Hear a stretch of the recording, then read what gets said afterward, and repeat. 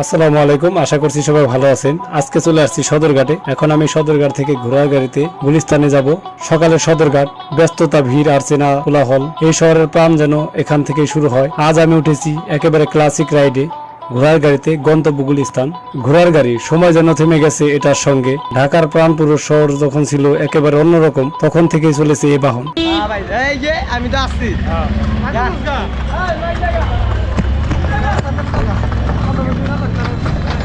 আমি জীবনে প্রথম উঠলাম ঘোড়ার গাড়িতে, মানে এই গাড়িতে উঠি নাই, এর আগে উঠছি ছোট ছোট গাড়ি। ঘোড়ার গাড়ি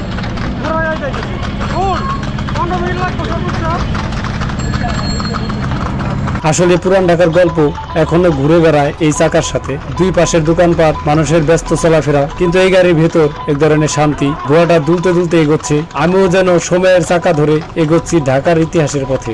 আমাদের গাড়ি চালাচ্ছেন এক ছোট ভাই, বললেন প্রায় 5 বছর ধরে এই পেশার সাথে জড়িত আছেন। হাসি মুখে বললেন, এটা শুধু পেশা না ভাই, শহরের প্রেম। আর সত্যি, এমন রাইডে না উঠলে সেটা বোঝা যায় না। এই পথটা ধরে কত মানুষ চলেছে দিনের পর দিন, বদলেছে শহর, বদলেছে রাস্তা, কিন্তু ঘোড়ার গাড়ির টং টং শব্দটা এখনো ঠিক আগের মতোই।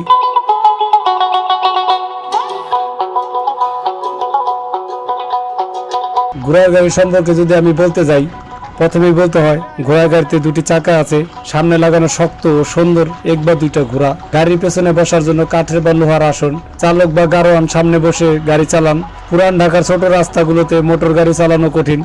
ঘোড়ার গাড়ির একটা মজার দুলনি আছে, যা অনেকের কাছে রোমাঞ্চকর। অনেকে এই বাহনে চড়ে পুরোনো দিনের ঢাকাকে অনুভব করতে চান। স্থানীয় পণ্য পরিবহন বা ছোট দূরত্বের জন্য এখনো ব্যবহার হয় এই ঘোড়ার গাড়ি। যে ঘোড়ার গাড়ি চালায় তার হাতে নাকি পুরান ঢাকার মানচিত্র থাকে, কারণ চালকেরা এমন সব গলি চেনে যেগুলোর নাম আমরা জানিও না। এই ঘোড়ার গাড়ি শুধু একটা বাহন নয়, পুরান ঢাকার হারিয়ে যাওয়ার সময়কে আজও টেনে নিয়ে চলে। একটা খুরের শব্দ মানেই যেন পুরান ঢাকার হৃদয় স্পন্দন।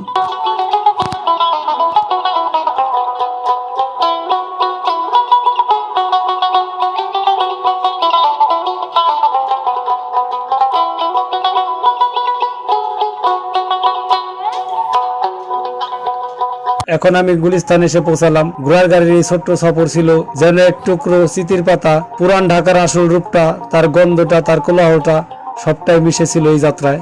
আপনারা যদি পুরান ঢাকার ভিতরে একটু অন্যরকম অভিজ্ঞতা নিতে চান, তাহলে একদিন চড়ে বসেন ঘোড়ার গাড়িতে।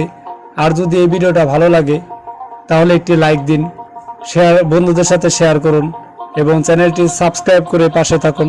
ধন্যবাদ সবাইকে। আবারও দেখা হবে নতুন কোনো ভিডিওতে। সবাই ভালো থাকবেন, সুস্থ থাকবেন। আল্লাহ হাফেজ।